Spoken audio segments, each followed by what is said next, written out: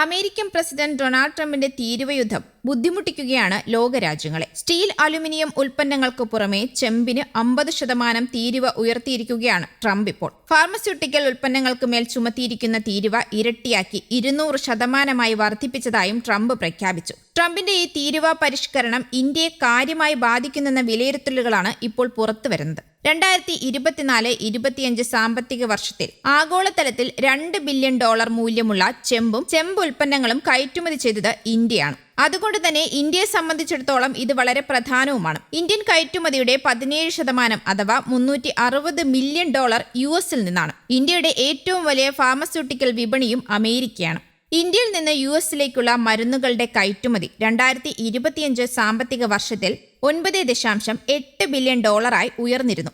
2024-ൽ pharmaceutical ഉൽപ്പന്നങ്ങളുടെ കയറ്റുമതി $8.1 billion ആയിരുന്നു. ഇതിൽ നിന്നാണ് $9.8 ബില്യൺ ഇത് ഉയർന്നത്. ഏകദേശം 21% വർധനമാണ് 6 മാസത്തിനുള്ളിൽ ഉണ്ടായിട്ടുള്ളത്. ഇപ്പോൾ ഇന്ത്യയുടെ മുഴുവൻ ഫാർമസ്യൂട്ടിക്കൽ കയറ്റുമതിയുടെ 40% ലഭിക്കുന്നത് US കയറ്റുമതിയിൽ നിന്നാണ്.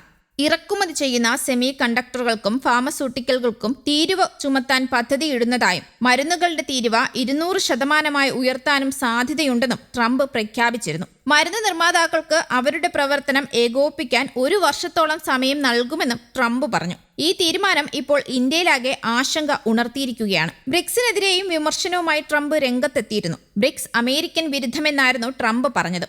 ബ്രിക്സിനോട് ചേർന്ന് നിൽക്കുന്ന രാജ്യങ്ങൾക്ക് മേൽ 10% അധിക തീരുവ ചുമത്തുമെന്നായിരുന്നു ട്രംപിന്റെ പ്രഖ്യാപനം. സൗദി അറേബ്യയിലേക്കും ചൈനയിലേക്കുമാണ് ഇന്ത്യ ഏറ്റവും കൂടുതൽ ചെമ്പ് ഉൽപ്പന്നങ്ങൾ കയറ്റുമതി ചെയ്യുന്നത്.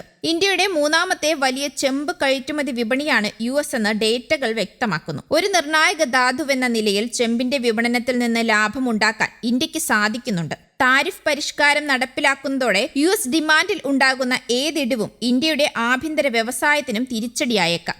അമേരിക്കൻ ആരോഗ്യ സംരക്ഷണ സംവിധാനത്തിന് താങ്ങാവുന്ന വിലയ്ക്ക് മരുന്നുകൾ വിതരണം ചെയ്യുന്നതിൽ ഇന്ത്യയുടെ ജനറിക് വ്യവസായം പ്രധാന പങ്ക് വഹിക്കുന്നുണ്ട്. അതുകൊണ്ട് തന്നെ ഫാർമസ്യൂട്ടിക്കൽ കയറ്റുമതിയിൽ 200% തീരുവ ഏർപ്പെടുത്തുന്നത് ഇന്ത്യൻ വ്യവസായത്തെ സാരമായി തന്നെ ബാധിക്കും. ജപ്പാൻ, ദക്ഷിണ കൊറിയ, മ്യാൻമർ, ലാവോസ്, തായ്ലൻഡ്, ദക്ഷിണാഫ്രിക്ക, Bangladesh, Kazakhstan, Indonesia, Tunisia, Malaysia, Serbia, Cambodia തുടങ്ങിയ രാജ്യങ്ങൾക്ക് മേലും ഉയർന്ന താരിഫ് നിരക്കുകൾ ചുമത്തുമെന്ന് ട്രംപ് മുന്നറിയിപ്പ് നൽകിയിട്ടുണ്ട്. അതേസമയം ട്രംപ് പ്രഖ്യാപിച്ച പുതിയ 30% താരിഫ് നടപടിയെ ശക്തമായി വിമർശിച്ച് ദക്ഷിണാഫ്രിക്ക രംഗത്തെത്തിയിരുന്നു. ട്രംപിന്റെ പുതിയ താരിഫ് നയം അന്യായവും ഏകപക്ഷീയവുമായ തീരുമാനമാണ് ദക്ഷിണാഫ്രിക്കൻ പ്രസിഡന്റ് സിറിയൽ റാമഫോസ പ്രതികരിച്ചു. ഇരു രാജ്യങ്ങളും തമ്മിലുള്ള സംഘർഷം നിലനിൽക്കുന്ന സമയത്താണ് കഴിഞ്ഞ ദിവസം ദക്ഷിണാഫ്രിക്ക ഉൾപ്പെടെ നിരവധി വ്യാപാര പങ്കാളികൾക്ക് ട്രംപ് പുതിയ താരിഫുകൾ ചുമത്തുമെന്ന് മുന്നറിയിപ്പ് നൽകുന്ന കത്ത് സോഷ്യൽ മീഡിയയിലൂടെ പങ്കുവച്ചിരുന്നു. അതിനു പിന്നാലെയാണ് ബ്രിക്സ് രാജ്യങ്ങൾക്ക് അധിക തീരുവ ഏർപ്പെടുത്തുമെന്ന പ്രഖ്യാപനവും വരുന്നത്.